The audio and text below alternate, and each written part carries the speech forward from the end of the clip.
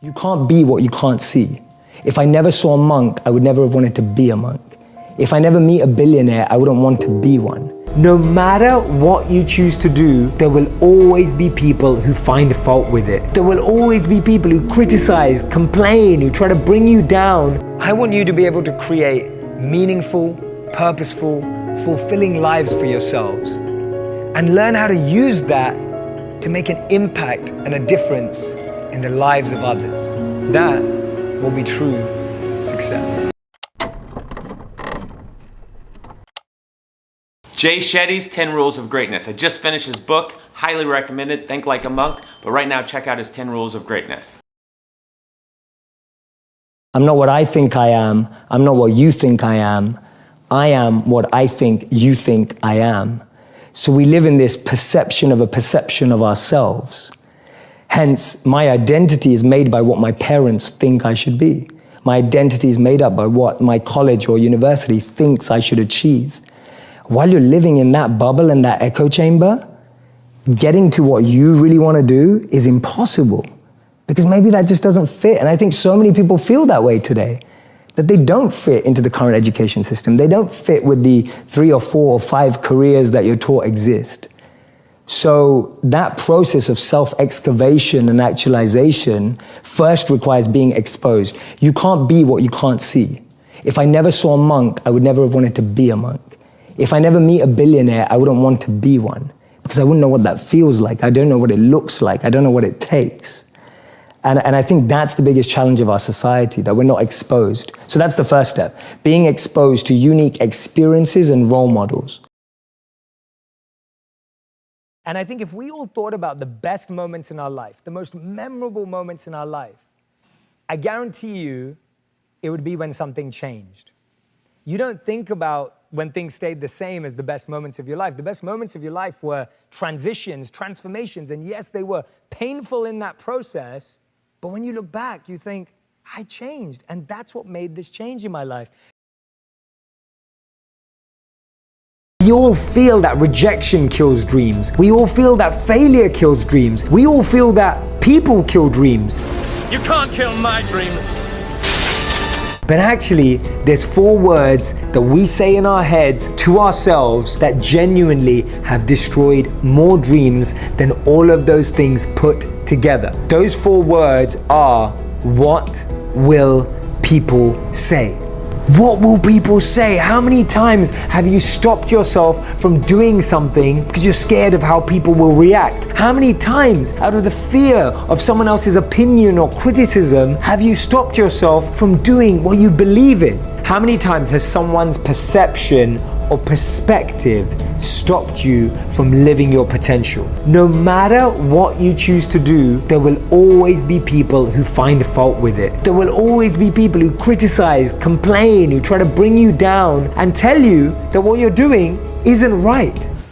Haters gonna hate. It's crazy that we give up what we most want in life just based on people's opinions. And the crazy thing is, if we're living for other people's opinions, we'll never be right. There'll always be someone with something that they won't agree with. And this is why it's so important that we work with our own conviction. We work on what matters to us. Often we're so engrossed in our work that we forget to value, appreciate, and recognize those that we're actually working for. We get so wrapped up in our own lives that we forget the people that make up our life. I know people who regret the last words they said, and others who never really got to share how they genuinely feel. Whatever is taken for granted will eventually be taken away. That's when we end up missing the most the person that we least appreciated. Because we never think the last time will be the last time. We think we have more, but we don't. Learning can be something that gives you a sense of achievement, sense of drive, sense of momentum, and a feeling like you're moving forward and towards something. When you dabble in articles, books, podcasts, you start to feel this sense of being alive. You have something to share in every conversation. You have something to add. You are more inclined to listen, to learn more, and see how your idea develops. Confidence comes from the ability to engage in a conversation and the feeling that you're moving forward, the feeling that you don't feel stuck or trapped in a space. Learning and consistently learning can truly transform the way you feel about yourself. You start to trust yourself. You think to yourself, wow, I remember this from what I read last week. I was able to apply that idea at work today. When you start to connect the dots around what you're learning and what you're growing in, that makes you feel a sense of confidence.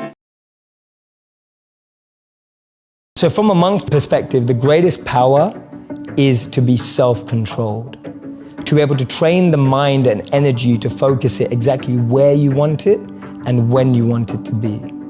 You are completely detached and undeterred from external ups and downs. You're able to navigate anything that seems tough, challenging, fun, excitement with the same amount of being equipoised and balanced in equanimity without being too excited in pleasure or being too depressed in pain. But knowing how to navigate every situation, to me, that's great strength and great power. I'm not telling you to not work at a corporate. I think corporate experience is great. What I'm saying is, don't lose this voice. Work till 6 p.m. every day, then go home and work on what you actually care about. Use your weekends to not be on Instagram and actually do what you care about. When you do that, you're investing in your meaning. You can be making enough money and make the switch. That's what's up for all of you who have a great degree, have a great education, you've got that job lined up. Use it. Just don't become a servant of that job. Don't just say, oh, I'm in prison now, I'm just going to use my weekends to hang out. If you do want to do that, that's cool too. If you say to me, Jay, actually, whatever you're saying, I don't even want that. I just want to hang out and have a good time. I don't even want meaning or purpose. That's cool with me too. But if you want to be happy and you want to be fulfilled and you want to have an impact on the world, then use your time wisely. I used to go home after my corporate job at 8 p.m. and edit till 1 a.m. on my own every day. So do your job, get a job if that's where you need to go with it. If you can't go all in, be safe, be secure. But then don't waste that time on not doing that and then complaining that you don't have what you want. So one of the things about gratitude is that studies show that when you're in gratitude, when you're feeling gratitude, you can't be in another state. So you can't be angry or sad or disappointed when you're being grateful. So grateful for me is like a seed.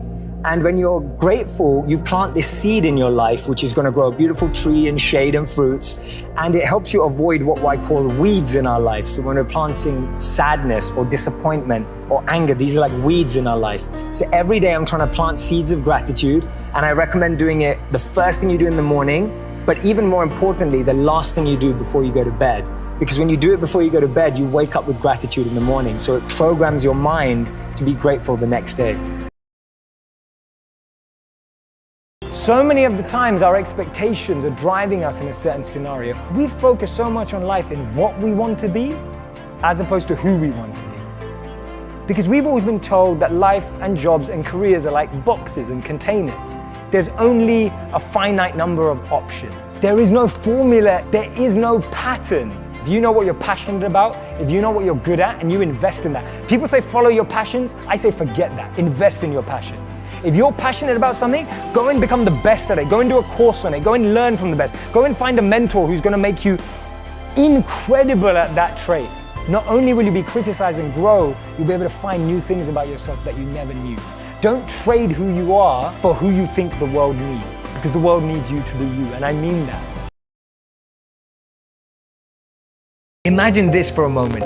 What if Oprah listened to her haters and doubters? What if Steve Jobs settled for a real job? What if The Rock never broke through depression? What if Ellen never overcame the bullying? Imagine a world where everyone lived their passion. We'd be better people, we'd be better partners, we'd be better parents. See, I've never seen a strong person with an easy past. We all have a passion, we all have a genius inside us. We have that potential. I know that we've all been in that position, feeling confused and seriously lacking mission, but then I ask myself, at the end of my life, what will I regret? And the answer is clear. The pain of regret far outweighs the pain of risk. So next time you're going through challenges, just remember this. A winner is just a loser who tried one more time. All you need is one person to say yes. One moment can change everything. There are decades where nothing happens, and there are days where decades happen. A year from now, you will have wished you started today. Hopefully you can learn and adopt some rules from Jay and grow and achieve things in your life. Jay Shetty's book, Think Like a Monk, is a great book. It helped me remember and even learn some new ideas that will benefit my life. So check out his book, read it. Let me know what rule you think you can implement in your life that will make the biggest change. Let me know what rules you're going to start implementing and start doing so you can achieve more with your life. This channel grows by you and your help, so please like and subscribe, hit that notification bell, and in the comments below, let me know who you want me to do the 10 Rules of Greatness video on next. Thank you, and keep achieving more.